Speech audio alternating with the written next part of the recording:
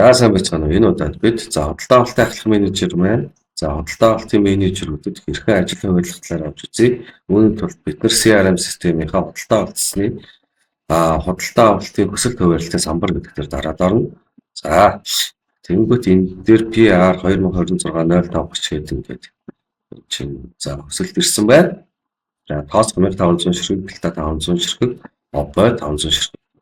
За үүн дээр болохоор за худалдаа авалтын менежерүүд рүү болохоор хуваарлана.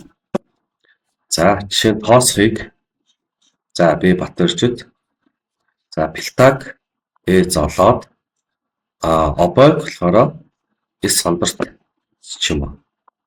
Одоо ингээд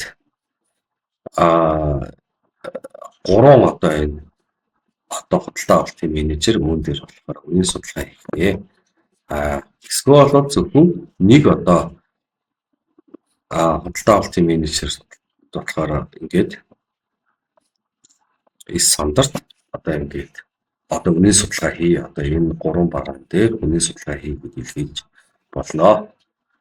За ингээд одоо хадгалах товч дарчгад за одоо худалдаа авалтын менежер сандарт болохоор мэдээлэл очино. Тэгээ мэдээлэл очсны дагуу за худалдаа авалтын менежер маань болохоор үнийн судалгааг хийхнэ.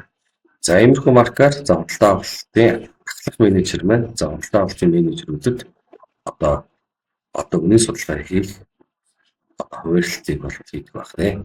За анхаарлаа хандуулсан баярлалаа.